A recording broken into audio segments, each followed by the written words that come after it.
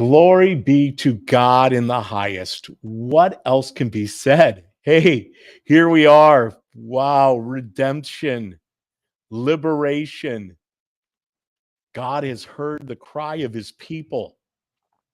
And sure enough, we have a reprieve. Isn't that just like our God? You know, he's always been faithful. He will always be faithful. It's us who have to turn from our wickedness. That's what it says in Second Chronicles chapter 7. It's us who have to turn from our evilness, and we've got to turn back to God. And I think we're definitely one step closer. President-elect Donald J. Trump, number 47. I can't help but think about this. In 1985, the Chicago Bears came out with a video called the Super Bowl Shuffle before the season even began. It's really reminiscent of that with this campaign. Trump basically put up the number. I'm 47. Should have been.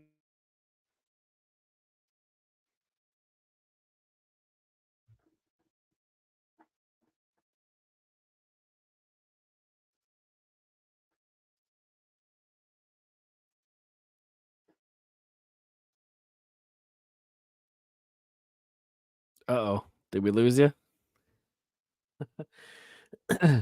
You froze, DPB.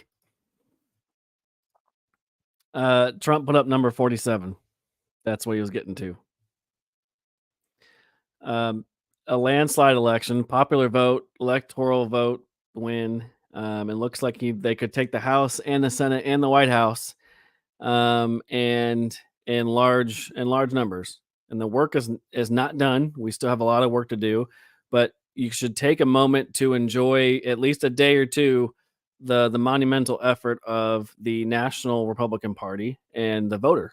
We turned out and voted. We sent the message loud and clear that we rejected the Democrats' message, the party message that open borders were a good thing, that high taxes were a good thing, the high grocery costs, the inflation was a good thing. We rejected them with a resounding no.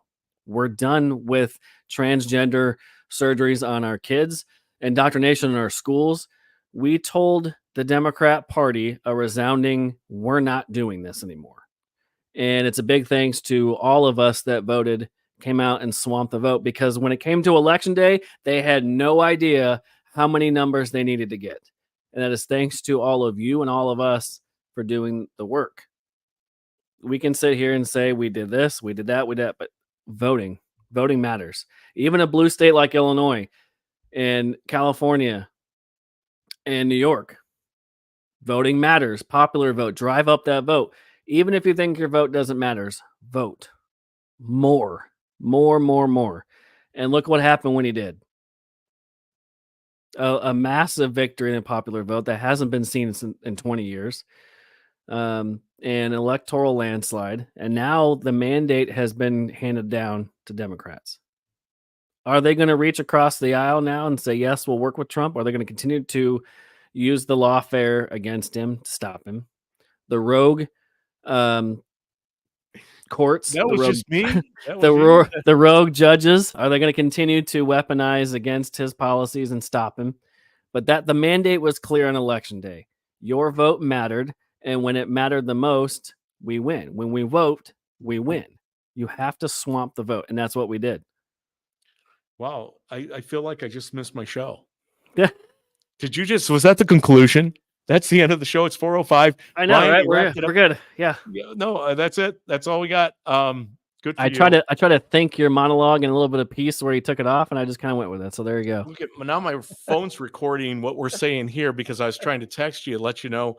Somehow I lost internet connection here in the it's all right. Friendly confines of the deep in the bowels of an undisclosed location. Like Mark Levin says, the bunker. Next thing I know, I had no internet, and I just didn't know if the show was still going on or. Yeah, it apparently was still going, so I kept going. So you were able to pick it up.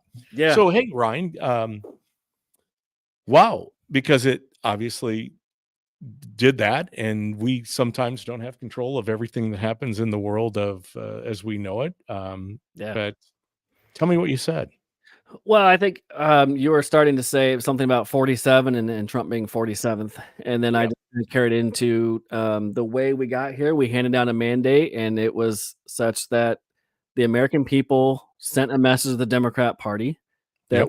we're done with the current regime and what was going on. The Yep. inflation, the border, the education, we were done with all of it. The lies that we were told that everything was fine, everything was unicorns and rainbows. I mean, just put it now, but the message has been sent.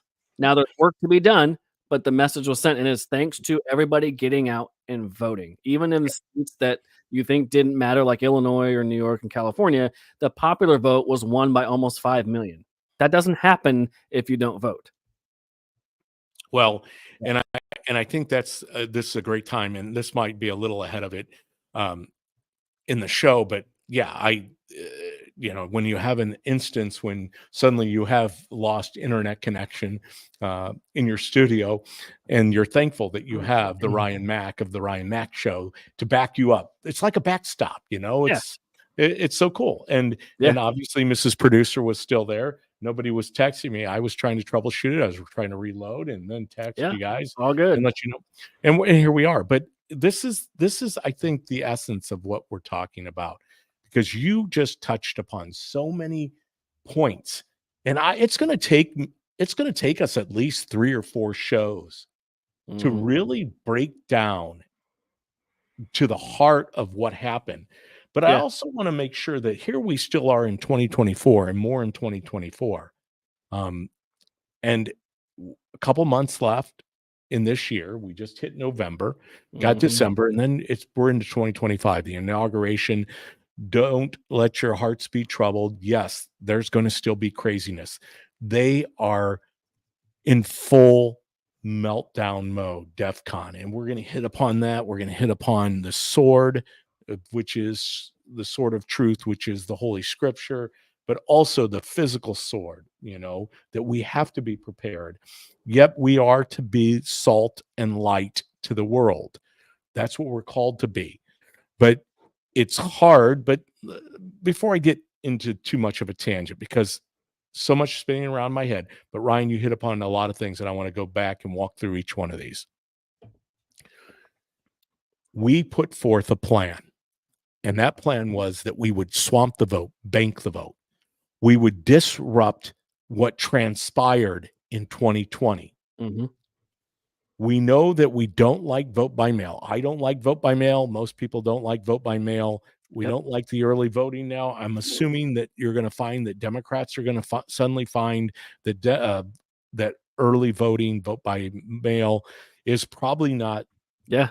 what they want to go. It's not going to be the electoral process that they want to Yeah. be engaged in, When you because beat them at their own game, then they change the rules again. well, but they can't now, Yeah. right? Yeah. Because it looks like we basically swept it. We ran the table on them. It wasn't only the popular vote, it was the electoral vote, Yeah. it was the presidency, the Senate, and soon to be the House. We're Mhm. going to enact things that we need to get back on track ASAP. If not, the economy is not going to survive. Now, the stock market, once again, another record close today. So things Mhm. are happening. But getting back to the bank the vote, swamp the vote, getting people to go and vote early, it truly disrupted everything, because they were already trying to figure out how to get off the launch pad with their candidate. It's one thing if you have a candidate and he's already well entrenched, which Joe Biden was. Mhm. That's why I didn't understand, even though that the guy had to be changed out. And then I say that in today, I mean, the Joe Biden that got up and congratulated President-elect Donald J. Trump, where's that man been? Yep. He literally looks alive. And that could be because he possibly voted for President Donald J. Trump. No, Yeah. Jill was elated when she was walking out. I think they showed some images of her with a big grin on her face, so well, we'll see. so Or she's just well, relieved to be no, done. but I mean, the pressure that must be off his chest now, right? Yeah. Because there has been a failed presidency, His presidency will not go down as what the land of make believe, which they try to convince us of that was a success. It isn't, and neither was Kamala Harris's campaign. So they were trying to open up two fronts. One, they were trying to figure out how to manufacture enough votes, because, and then at the same time, they were trying to manufacture a candidate who really was so far out of position. But Democrats have always had an amazing ability to take very nominal candidates and to huddle around them with their machine, the blob, and make it work. What were they missing? What did they miss this time around? We know what the Republicans did. We know the movement of Make America Great Again.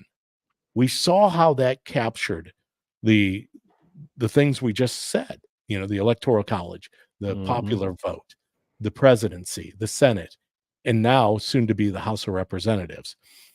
So we know what went right. But the thing that's perplexing to us is this. And I'm gonna flip it on to more of a big screen for you guys can read it. Is this came from the Bongino show today. Yep. And this is the posting that he shared was someone who is not like you and I. In fact, it says at the bottom, if you read the quote, damn, y'all, maybe we really, damn, y'all, maybe we really did steal the election of 2020. Yeah. This is being asked by multiple sources, and especially when you look at what we're going to get into a little later in the show, talking about our county, my county, right here in central Illinois, McLean County, 102 counties in Illinois. And you can blow up the map. I might have the map. Oh, it's on my phone, so I'm not going to be able to show you. But you show McLean County, the county I live in, turning blue, the only county out of 102 in Illinois turning blue. Now, granted, here's what I've said many times over, that if Illinois was able to create a margin of victory for Kamala or a margin of loss for Trump under 10 points, that was a victory, because in 2020, Biden beat Trump by 17 points. In 2014, it was 22 points was the margin of victory. At that time, it was a gubernatorial race. That was the state itself. Rauner actually ended up winning the governor's race, but he had 1.7 million votes, and that's a whole nother thing that we want to talk about, because it doesn't lie. The numbers don't lie. On your screen right now, you see in 2020, Biden had 81 million votes. Trump had 74 million, right? Roughly 155 million votes. Yeah. But yet, historically, you never see 155 million. No. And as I was sharing with Ryan, the point about what happened between 16 and 20. So we know that Trump was in office, one with there was 128,800,000 votes cast. People were so disgruntled with Trump, and who knows, because of the whole craziness of COVID and blah, blah, blah, blah.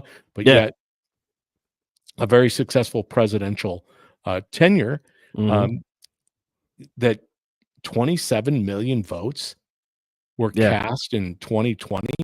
Then you extrapolate the data to 2024, and suddenly he's lost now 25 million, or we lost 25 million votes in the electoral process. Did 25 million people die that time frame from COVID? Well, I mean, just all the questions are there. Yeah. And it doesn't even make sense if you look at the illegal immigration rumors that illegal immigrants were registered to vote, especially in light of the open border.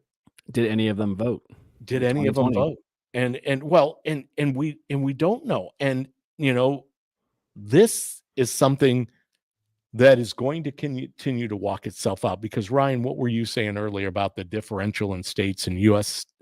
senators? Well, I was breaking down some of the remaining totals in the states that remain to be counted, like Michigan and Arizona. So when you go to vote, We've saw maybe an example of Pennsylvania in 2022, I believe, when they had the midterms where Fetterman won because Oz wasn't a very good candidate.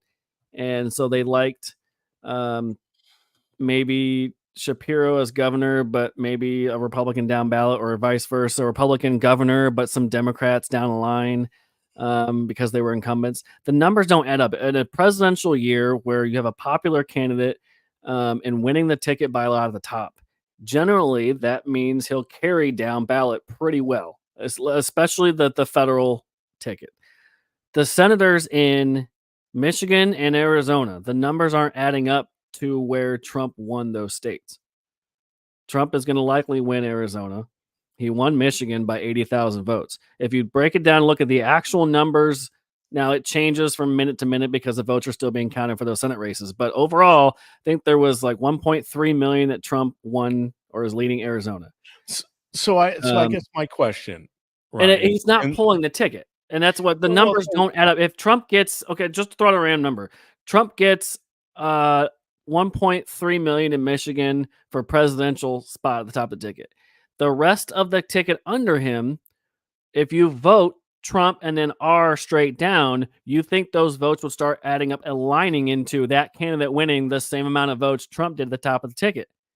But the Democrat in this case in Michigan won with the similar numbers that Trump got. So how does that happen? Well, how are you voting Trump and then the Democrat senator? Yeah. Well, and that's the only two races, right? It's That's the only ones that seem that close of a Yeah. like this doesn't seem Well, right, because well, if he the- won the- by a large margin, how did he not carry the Senate seat? well, because it's a state race, right? The U.S. Senate is a statewide race. It's not like a congressional district. So I can understand the Right. congressional districts because those get sliced and diced and divided Sure. amongst the states. You can go out and look at states. For the most part, Right. most states are red, except for Mhm. the areas that are densely populated with metropolitan areas, which become Well, yeah. liberal bastions of. Yeah. Well, you look at the 16th and the 17th districts here in Illinois. I can't vote for the 17th because it's not running up towards Gridley. So you vote for the 16th. So that kind of makes sense a little bit. But overall, you go in and vote for Trump at the top, you're going to vote whoever's available in your district at the bottom, I guess is what I guess it looks like it adds up, but it's just weird how that high of a popular vote for Trump and then the senator loses the seat. So that's the only question I have. But other than that, I mean, when he won at the ticket, the senators and the congressmen down ballot seem to carry a similar pattern. So we'll remain to see if Lake can pull out ahead in Arizona. But getting back to the discrepancy from 1 year over the previous last 20 years, not even just the 155 million votes cast out of 2020. Did Biden get 81 million votes? You've seen every Democrat that won got 68, 69 million. And then the 1 year that they break 70 million, he gets 81. And then all of a sudden it comes back down to 66 million for Kamala, 68 million for Kamala. Where did the other 15 to 20 million go? Did they suddenly just not come out and vote for Democrats this time? Democrats argue something's not right. Maybe Trump cheated. That's going to be their argument now. Where's the 20 million people that didn't vote in 2020? Or was it that they utilized a pandemic to scare people and use tactics that were illegal and shady and hidden, and that's what drove up the vote? Did 20 million people actually vote more in 2020? That's one of the biggest questions that may not ever be answered. But when you have an extrapolation of 15 to 20 out of a year's 20 years, where every election lines up to 140, 130 million total, and suddenly you have a spike in 1 year, that doesn't add up. Maybe you can consider 1 or 2 million more, 3 million more, maybe, but certainly not 20 million. We know Democrats overall, some including Jamie Raskin, has said they're not going to concede, as the title of the show says. Will Democrats concede? We know Kamala waited 24 hours to even say anything. She made her staffer speak the night of the election and tell the crowd, hey, you know what? Yeah, thanks, but no thanks. Go ahead and go home. Will they concede ultimately? That's another question we'll have to find out, because they like to razz on us about denying elections, but you have top Democrats considering that they're not going to concede, at least at Well, the moment. Well, it's good to be back with you here at the Ryan Mac Show. DPB is dialed in again. Whatever reason I keep losing connectivity, I have no idea. I don't understand it, but Just our you know local what? internet seems to be being We're gonna wonky. play it out. But I think what I was saying before I got bumped off the internet here at the in the bunker of an undisclosed location, like Mark Levin likes to say, I was about ready to load this map. I think that we shared earlier with the prediction of Eric Doherty. Yeah. But 1.3 million in Arizona for Trump.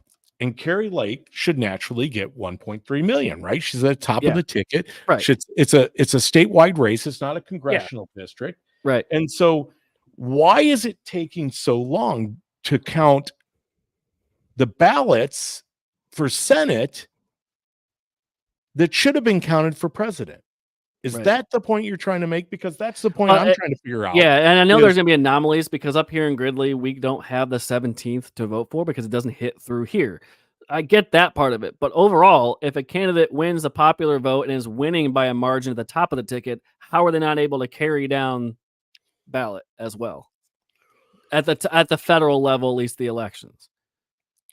Statewide races, I can make that case where there's just a lot going on, but U.S. congressional candidates that seem to be a good candidate at the top of the ticket, along with the president, should carry the president too. And we've seen it in other states where the states that he solidly won, the Senate gained 3 seats. So suddenly in Arizona, Michigan, they're not going to win those seats, even though he carried those states pretty handily. It's Well, not adding up. and we're going to cover a little bit about like I said, I think before we went offline and you Yeah. were able to carry me again as the backstop, that here in McLean County, when you have Elon Musk tweeting about McLean County and this all vote and Reid Hoffman, Yeah. and to see what happens when we have 3 precincts I looked at this morning, 3 precincts, voting precincts, that I looked at this morning, 8, 30, and 14. 8 had precinct 8, normal 8, which is the voting center, the polling place is Illinois State University, the ballroom, and 30 also votes there. But 8 had 169% was the amount of votes that were casted in that precinct, meaning they overperformed 100% to the degree of 169% of votes counted, meaning that before the election started, 100% was a certain number. And then they added an additional 69%, which means they added more voters. Same day registration, a program put on by the university through the help of All Vote and this push to take students who are usually registered to vote, or maybe not because of the age, they just graduated high school, but they're registered in other areas, other states, or other counties throughout Illinois. They push them to register and then to vote in a specific election in the county that they reside to go to school, right? That pushes the vote up, which it was a very contested state rep race between Desi Anderson and a lady named Sharon Chung, the incumbent. They instantly were able to inject a whole host of new voters. That race was decided by 3,500 votes. The day I was there, election day, and I think I told you this on the last show, that early on in the day, it was like 1,400 votes. I was like, wow, it ended the day at 3,500 votes. One day voting for 2 different precincts. Now, granted, the precinct or the polling place just adjacent to it, a Methodist church, it had like 140%. The other precinct 30 had 123%. So 69, 68% added to 100%. 40-something percent added to 100%. First and foremost, to get 100% voter turnout, that's pretty impressive. Mhm. So you've got to believe that there was a lot of people who didn't vote that were inclusive in that 100%. So they added maybe 70, 80%. What transpired? This is what needs to be looked at. And why I was going down that path is we showed you the amount of votes that were cast nationwide. We're looking at the last 2 Senate seats decided. Yeah. We're looking at the congressional races, which, once again, if they were able to do what they did in 2020, they would have been able to steal it a long time ago if Republicans wouldn't have shown up to the polls early, either being vote by mail or in-person voting. They would have been able to figure out. But the other thing that was in our favor, and I want to get this on the screen. And no, it's not this video. I'm going to play this video here in a second, but because it's well worth the play. The video I want to share with you right now is this one right here. Here is one of the differences, and I also want to talk about Scott Pressler. He goes by Persistence on the Twitter. Mike, you are the man. Oh, hold on. Before I start it, let me make sure I'm loaded, right? Okay. All right, it's ready.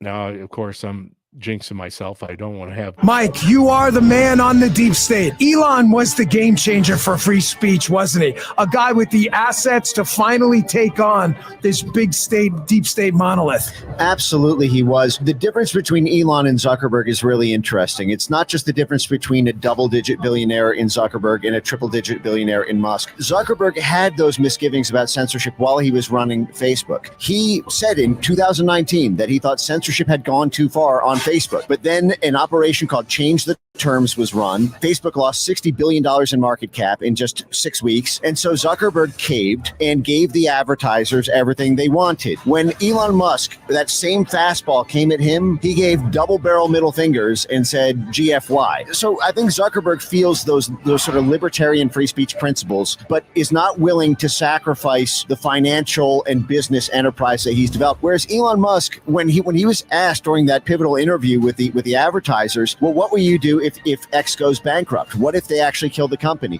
And he says, let them kill the company, the world will watch. He basically set himself up practically on the cross allegorically to say, listen, you can come at me. I may go to jail for this. I may lose Tesla and SpaceX, but I believe in human civilization. I believe in human freedom. His life purpose is essentially to fight for that at this point, and it was the game changer. It was the game changer. There's no question about it. That's the reality of it. And I do want to get into the list of what could have happened, because this is pretty amazing. If you think about it, right now, if Trump was not president-elect, they would be positioning themselves to put Trump in jail. Mm-hmm. And then shortly behind that, they would look at shutting down, deplatforming, defacing Elon Musk. Yep. Public enemy number one. That's what they were saying. So the totality of this is what transpired to disrupt the game plan of the left. They wanted this election. They needed this election. Look at everything that's going to happen. I mean, the wacky left is right. They are making lists. They are naming names. They're going to release the Warren report of JFK. They are going to release the Epstein Island log and the list and Gazelle, Maxwell, and everything about that. Trump's not going to hide any of that. He's going to release the J6 prisoners. Yep. There are so many things that are going to transpire. So this is why I'm cautiously optimistic about what lies ahead.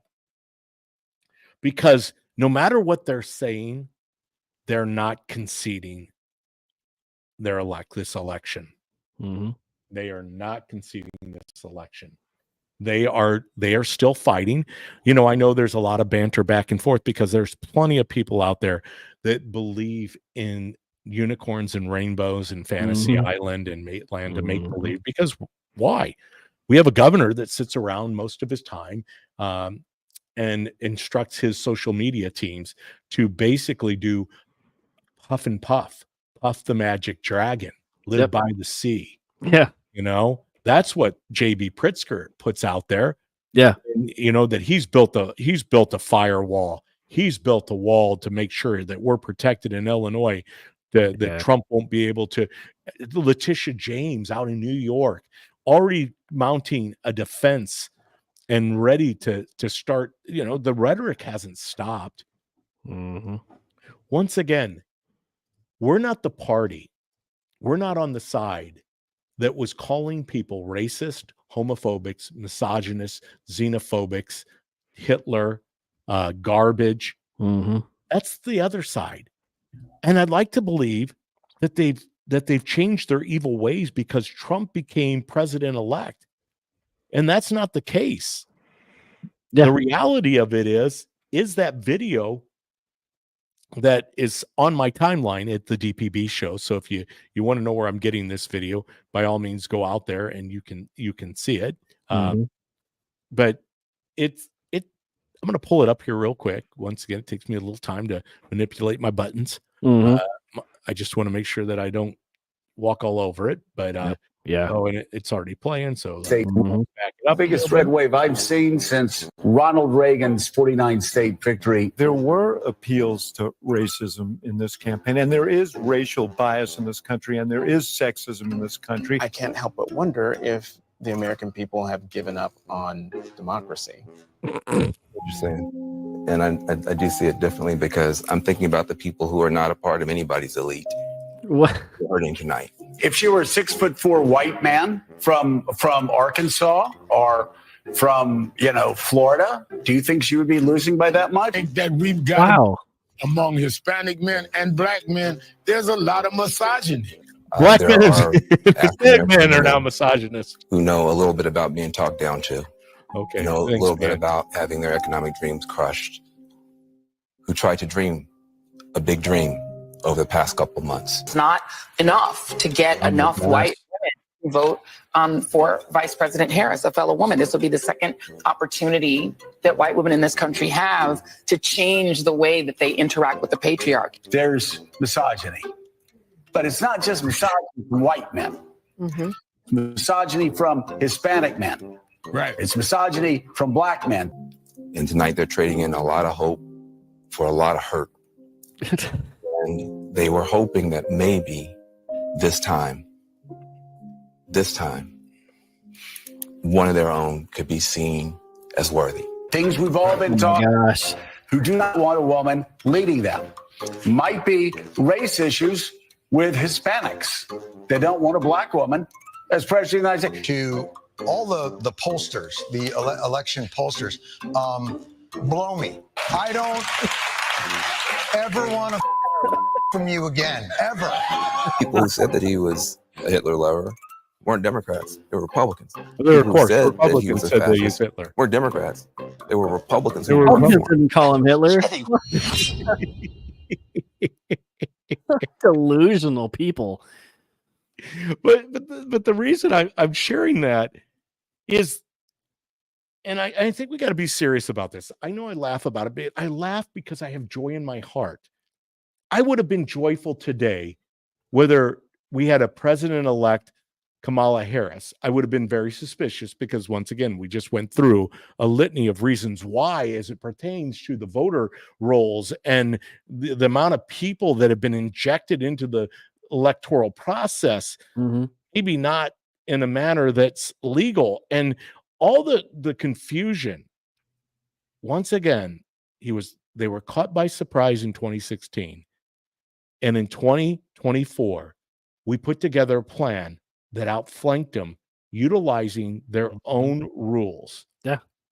Now, rather than sit around and talk about I mean, this is where the cannibalistic behavior comes. And we've got a little bit of that going on in my county, and it's because we turn blue.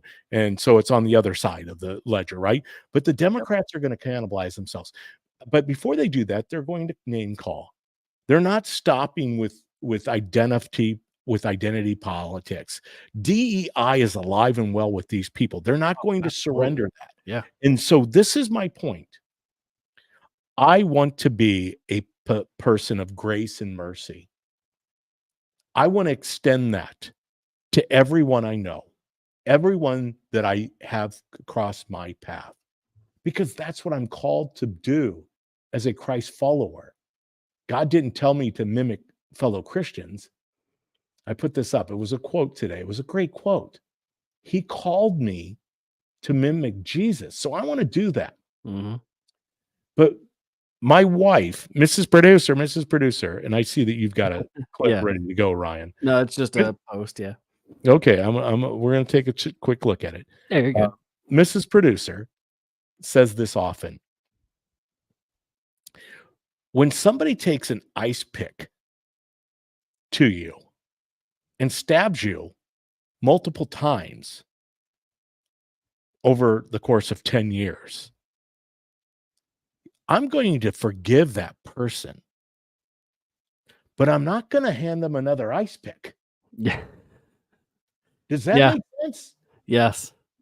Yeah. Forgiveness is a real thing that you can do. And I know it's hard sometimes. We have been kicked. We have been punched. We have been called every name in the book for the last 10 years or plus. And we've had enough of it. You can take this with grace and mercy and extend an olive branch to those who are like-minded, but not kind of maybe the left of center, who weren't crazy.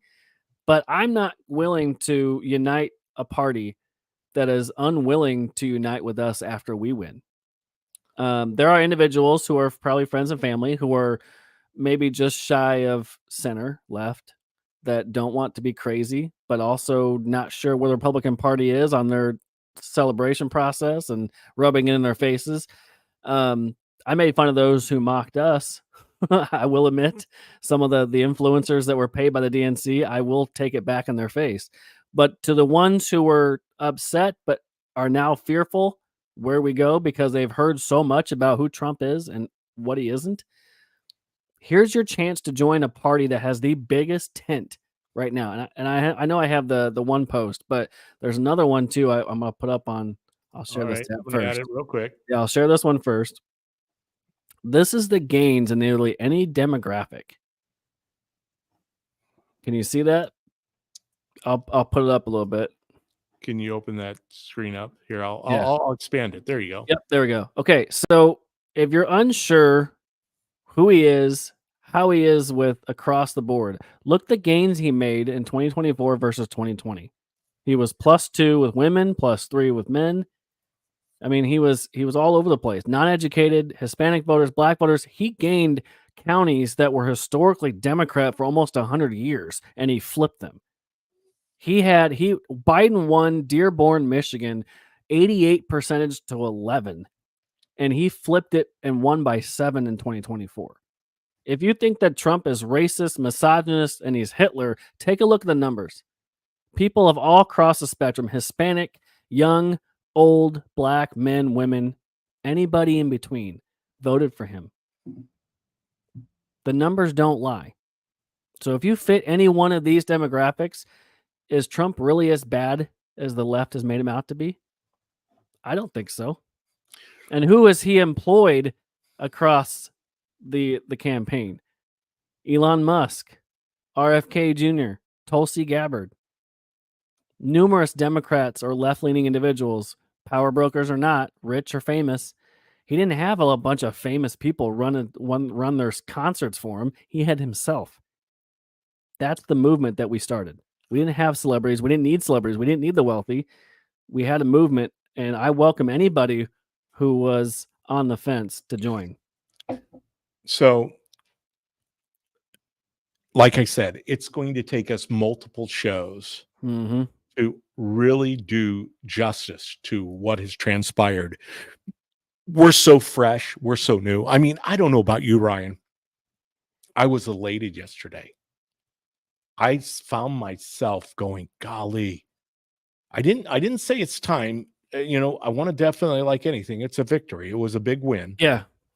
But today's a little different, right? Because I'm starting to wonder, there's been many questions. What about the run riots? What happened to that? Well, hold on to your britches, as President Trump said. Hold on to their britches, because they are mounting something. Yes. Now, granted, I think a lot of people were so taken back, and this gets back to Elon Musk's ability to take the reins of X and to transform it to a free speech platform, because now we had all these cameras. We have all these people who are injected into the electoral process, which took them by storm. Think about it. X was formerly Twitter. Yep. Controlled by Jack Dorsey and his ilk. These people were not free speech advocates. No. They were along the same lines as Obama, as Hillary, as all of these folks that are calling, Rachel Maddow, calling for censorship. But the thing that's interesting this go around, in what I'm feeling today, is that, yes, we want to extend mercy and grace, but we also want to make sure we don't put down the sword, because there is enough wackiness going on. Mm-hmm. And here's a prime example of that. This, to me, excuse me, don't have a cough button. This, to me, is about as wacky as it gets. I've got screens moving all around, but we'll try to see if I can get it to reset in there. Dropped my son off at school, and there were dozens of parents, unlike ever before, walking their kids all the way to the gate.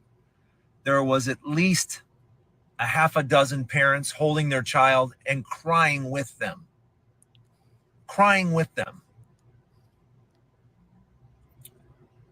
And parents crossing the street and walking their kids all the way up to the gate and stuff. And nervously, all of us kind of looking at each other. And we're all thinking the same thing. And we're all just scared parents. Scared. Delusional.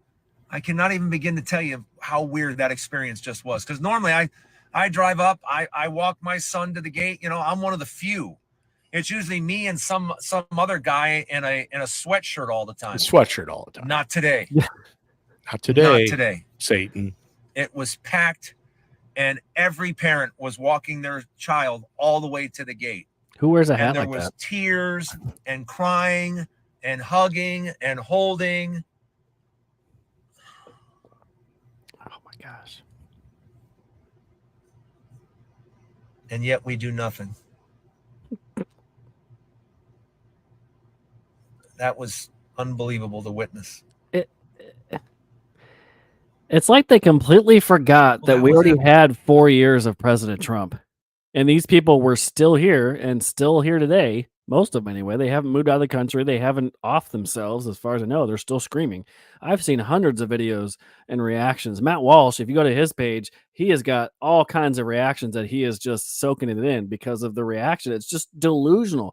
He was already president for 4 years, and none of what they claimed he was or was going to do ever came to fruition. He actually could have gone even more conservative in some of the things he was planning to do, but he didn't. I think insurrection, I kind of follow this gal, Insurrection Barbie. I'll put her up. Yes. I think I do too. Full speed here. She says the biggest loser in the 2024 election is by far the legacy media. At this point, their extinction is imminent, and that alone will go a long way towards unity in this country, which gets to the point. This is the point that I want to make, Ryan. I think you were hitting upon it. You were nibbling around the edges. Here's the thing. They have nothing other than sowing fear and division and name calling. I love how they talk about Trump always is name calling. Trump doesn't call people misogynist. homophobic, xenophobic, racist, garbage. Weird. He does call people stupid, which isn't my favorite thing that he does. He does call people incompetent, like Sleepy Joe or Kamala Harris, but bottom line is these people have mastered the ability to interject. J.B. Pritzker's doing it again. Joe Biden did it during his nice consolatory concession of the fact that Donald Trump's going to be the next president. His congratulations. Yeah. Gavin Newsom did it too. Yeah. So we'll work with you, but we're going to uphold the law. Okay, because California is the beacon of lawmaking and law abiding. So bottom line is this. The video of the father who sows into his children fear. What kind of whack job is that? And that's what we're contending with. Yeah. This is why we maintain the sword. I want to have grace and mercy for that dude. I don't get him. I don't understand him. And I feel really bad for his children. And any of these moms who are openly crying in front of their children over the fact that Donald J. Trump is the president, because once again, the land of make-believe, they have bought into it. They believe it. They believe that Trump is going to put them in concentration camps, gas chambers. I think it's such nonsensical because it's never about what we have to do as a nation. And the fact that the media has lost its platform is going to bring back civility and unity. Yeah. Now, it doesn't mean we're going to get rid of the mental illness, because that's what Trump derangement syndrome is. It's mental illness, and it's alive and well in the Republican Party. And I think that's the part that I kind of want to end the show with. Let's see if I can do this in 12 minutes. It might be a little overtime today. We've got more Republicans where I live who have bought into this. Now, granted, I just told you the state of Illinois closed down the margin of victory for a Democrat presidential candidate to under 10%. We're looking at 8. Hopefully it drops down further. Yeah. So Illinois in the presidential race looks like we're kind of turning a little purple. If we're that close, that roughly 2,500,000 or whatever. Let me give you the exact numbers because I don't want to miss this. Let me X out here. 2,846,000 for Kamala, 2,395,000. So roughly 2,400,000. So 400,000 votes. Oh, of course, Robert F. Kennedy got 76,000. So we'll just go ahead and take those over to our side of the ledger because he's on our team now. For any of you that decided that was the person you were going to vote for on election day, bless your heart. He had already told you not to do that. Right. But you obviously didn't even follow the guidance of your candidate who told you there's a new direction. So roughly, if my math serves me correctly, we are looking at roughly 5.2 million people voted in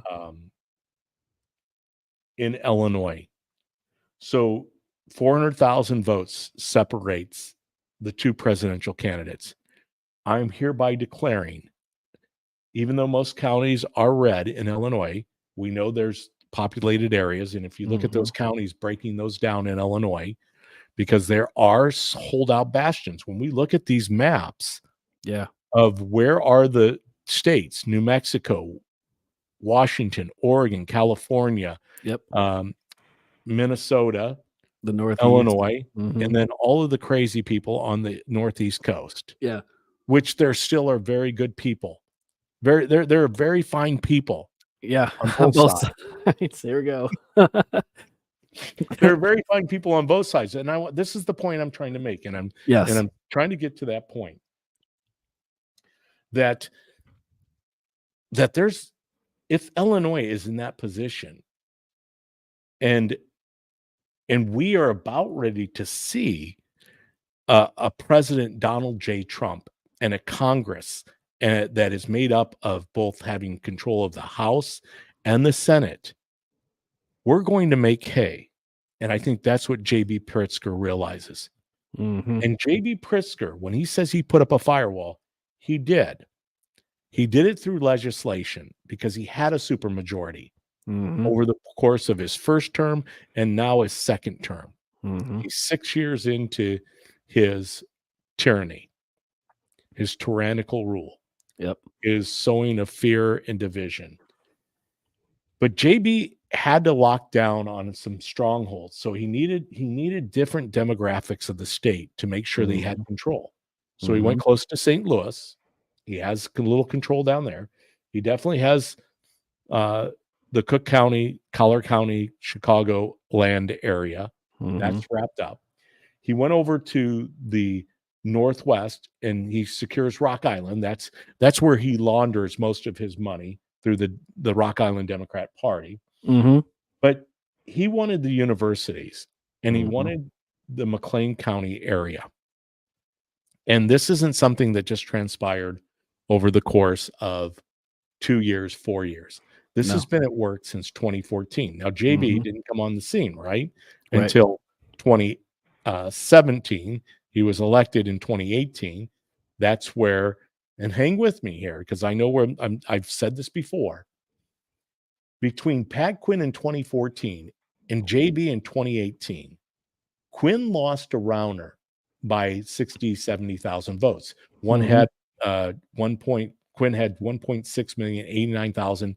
Rauner had like 1.7 million something. Okay. JB 4 years later racks up 2.5 million votes. I have been on this program, whether at the DPB show, whether on radio or here on Rumble, YouTube, X, and Facebook, telling you I didn't understand 2.5 million. Is that even possible?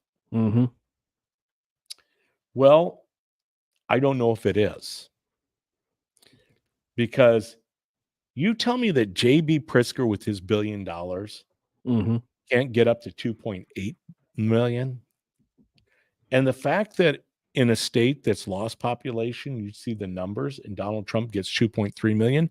Now, I will say this.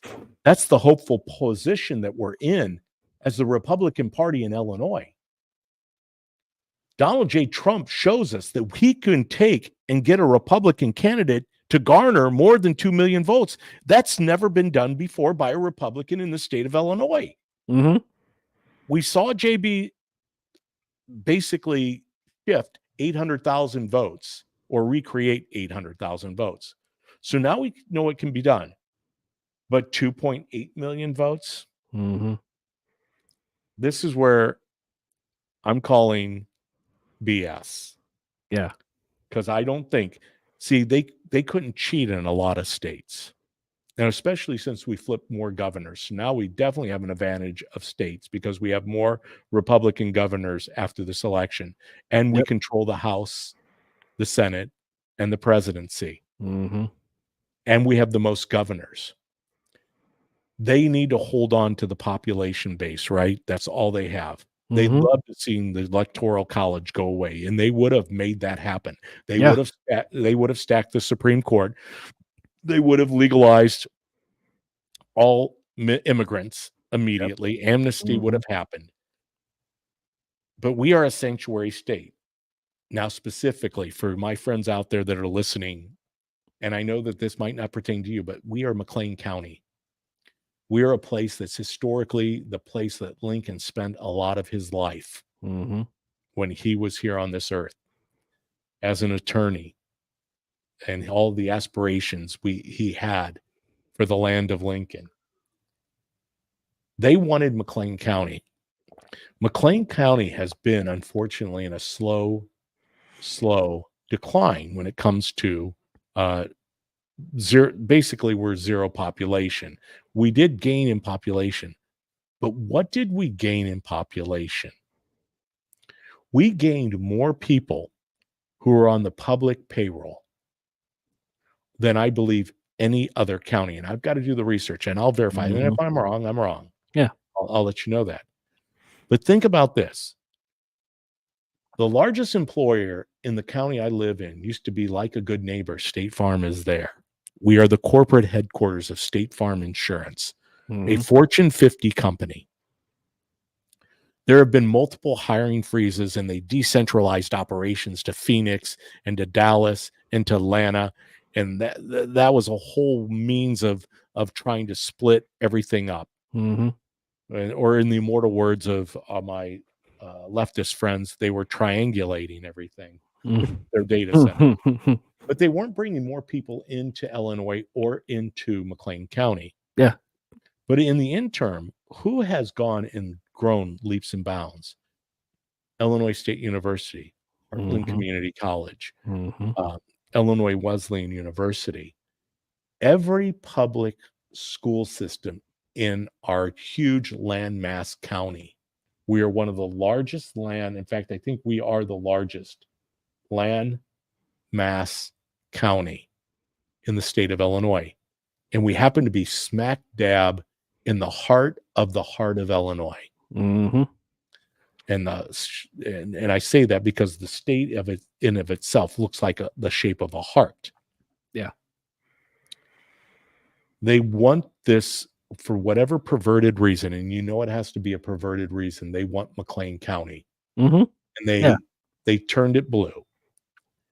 And they took the county board. It's a 12-8 advantage for the Democrats. In fact, this is a county board that has a representative sitting on the county board that stood in a school board meeting as an educator, as a teacher, and said that he believed the age of consent should be 9 years of age. Ridiculous. We have another county board member who is self-professed Antifa and a member of the Democratic Socialist of America. And she happens to date, I don't know if she's still dating, a gentleman who on air on Kevin Ferris's Speechless program, as he was covering Ron DeSantis over in Peoria, Illinois, he said into his camera, "Hail Satan." I would call that a Satanist. So my point being is this is now the makeup of McLean County. Yeah. And this is what J.B. Pritzker wanted. Education, the public dole. So we are paying taxpayer-funded school systems and universities who all of those people inside of those school systems are usually in a public union like Illinois Education Association or SERS or TRS. You know, they are being paid by taxpayer dollars. They in turn are able to be part of that machine that we just talked about. Government, taxpayer-funded campaigning happening right here. There's my little blessed daughter, Cassidy. I love you. She's awesome. She said, "Go, Dad." But we are paying, taxpayers are paying for McLean County candidates to run. JB loves this. He loves this county because it's in his wheelhouse of green energy with the EV plant of Rivian. It's in his wheelhouse because of the wind farms, the solar farms that we seem to be popping up. It's in his wheelhouse because we seem to be adding a lot of multifamily housing. Yeah. I don't know who's going to live in that. I'm suspicious that was the firewall that he's talking about, because he's going to place illegal immigrants in the state and protect them under sanctuary status. Now, Donald Trump said no, and Tom Homan, as his director of ICE, are going to deport these people with their families if needed. So there's a reason that they created this firewall the way it is. And the heart of Illinois, the heart of the heart, we just saw it play out. So do I believe, with the statistics I gave you earlier, that there are precincts inside of McLean County that overperformed by 169% of voters showed up to vote? 143%? This is the thing that we need to break down. These are the facts. This isn't calling people names. This is asking serious questions. Yeah. How does this happen? Is this legal? And I do believe it's legal. I think you can register same day. I mean, that's the law, right? Yeah. You can register people on the same day of voting. But when you see it shifting the way it did and lining up the way it did, right here at Illinois State University, I was there. I physically, with my own eyes, just like January 6th, I physically stood in the place that we're talking about, and I witnessed it with my very own eyes. Hundreds, thousands of students. And when I talked about those students, and like I said, very well behaved, very well mannered. I don't know who they voted for. Most of them voted for Kamala. I already looked up the precinct numbers. They went overwhelmingly. It was like 70% Kamala, 28%, 70%, 72% Kamala, 28% Desi Anderson. But this is where things have to be. We have to take this thing apart. We should not rest on our laurels. We shouldn't be sitting back anticipating that we won. Therefore, we should gloat. Right. That time's over. That was yesterday. We've got real work to do. Enjoy the win. We've got a lot of work, and it's lying in front of us. By all means, do not put down your sword. The sword of truth, the sword of that comes through the power of the Holy Spirit, which is the word of God, but ultimately too, the physical sword. Be on guard. They're not done yet. Who knows what's going to happen between now and Inauguration Day? They are planning something. I'm not here to sow fear. Yep. Don't believe me. They're telling us this on national TV. They're telling this in all these crazy videos where these people are so in meltdown mode that they can't control themselves. They're not surrendering. They're not conceding. They're not giving up. Even though there was a mandate with the Electoral College, with the popular vote, with having all three branches of government now, which I know just kills them. We have the executive branch, the legislative branch, and the judicial branch. Yeah. Where do you go? Where do we go? All right. That's an hour. Yeah. That's about all DPB can handle after staying up all night Tuesday, Wednesday morning.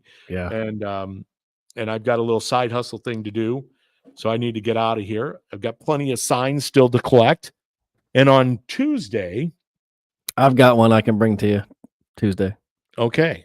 Well, on Tuesday, I've got some big things happening. We're going to have Brad Worth, former school board, country financial agent, on to break down what I was just talking about. Yep. Is what has really transpired in McLean County, because he witnessed it firsthand when he ran against J.B. Pritzker. Yes, that's right. I said it. Brad Worth running for school board with Molly Emery, Dennis Frank, and Amy Jada. 4 very qualified school board candidates Absolutely. ran against J.B. Pritzker because that's how their campaign on the Unit 5 was funded, through the Illinois Education Association and J.B. Pritzker. And that's documented. You can go to sunshine.org. It's hard to find sometimes because they love to bury how the money flows in. So Brad's going to come on, give us more breakdown of that, because I think it's important, because what happens at the county level eventually is what happens at the national level. Yep. All politics is local. That's right. But it basically mimics what is happening at the federal level all the way down. So we are going to end this with a prayer. I think it's very important to give God all the glory as we opened up. Praise to you, Lord Jesus Christ. Praise to you, God. Thank you. Thank you for giving us a reprieve, for giving us liberation, restoration, redemption. Let us hold on to the truth that we are a people of mercy and a people of grace, but yet we also have to be on guard. We have to speak truth into all of these things. We need to call out into the darkness. We need to seek out those who are lost. And we continue to ask for your Spirit to dwell in our hearts so deeply that we're not here to wound and to injure anyone. That's not who we are. We are people of the light. And it sure got a lot brighter. According to me, I'm not saying, a lot of people would say that's not the case, because it would have been bright, because I know one thing.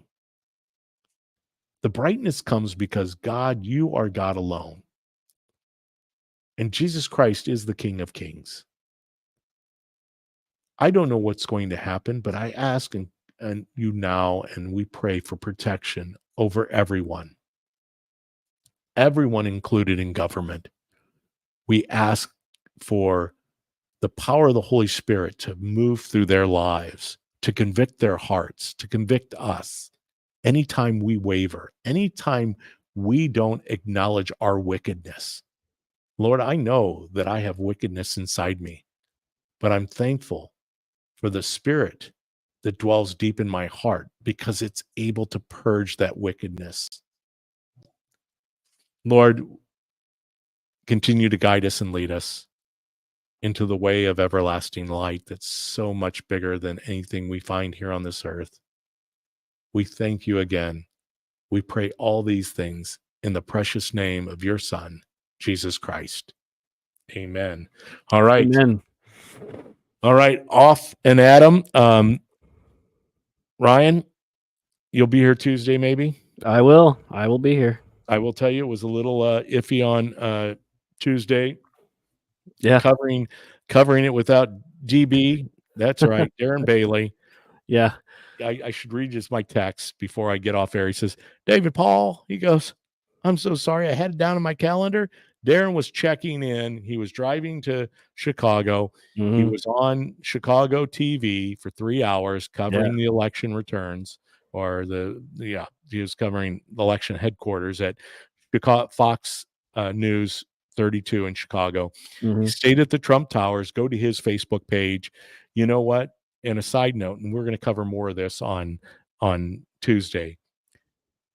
A Trump presidency with the House of Representatives and the Senate and the judicial branch opens up a golden opportunity for Darren Bailey to run against Pritzker again, because now we know there are votes out there that can elevate him above 1.7 million. So if Pritzker ended up basically the 2022 election with 2.3 million, 2.2 million, and if he can duplicate Trump's vote, he can win.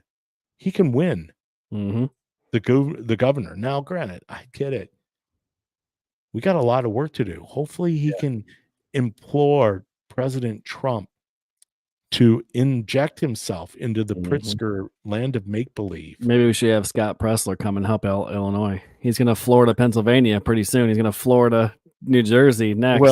Well, he needs to Florida. He needs to Pennsylvania, Illinois.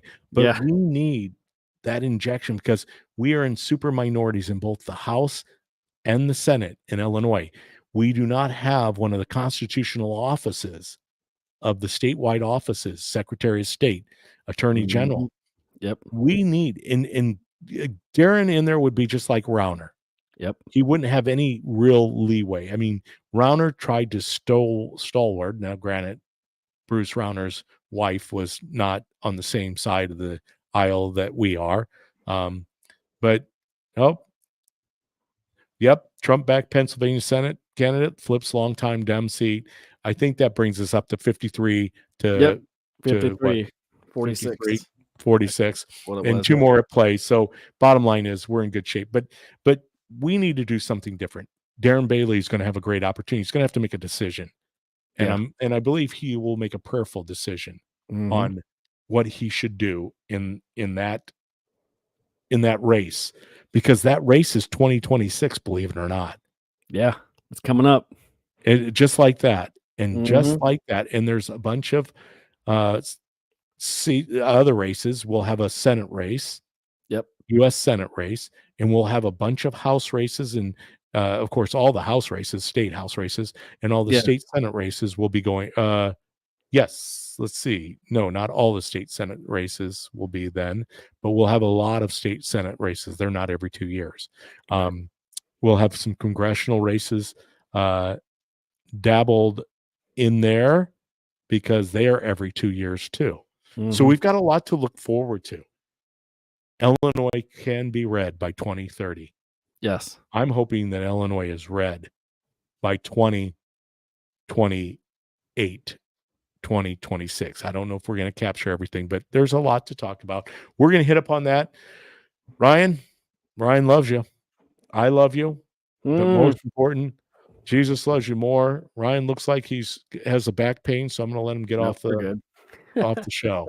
All right. Until Tuesday, we will see you then.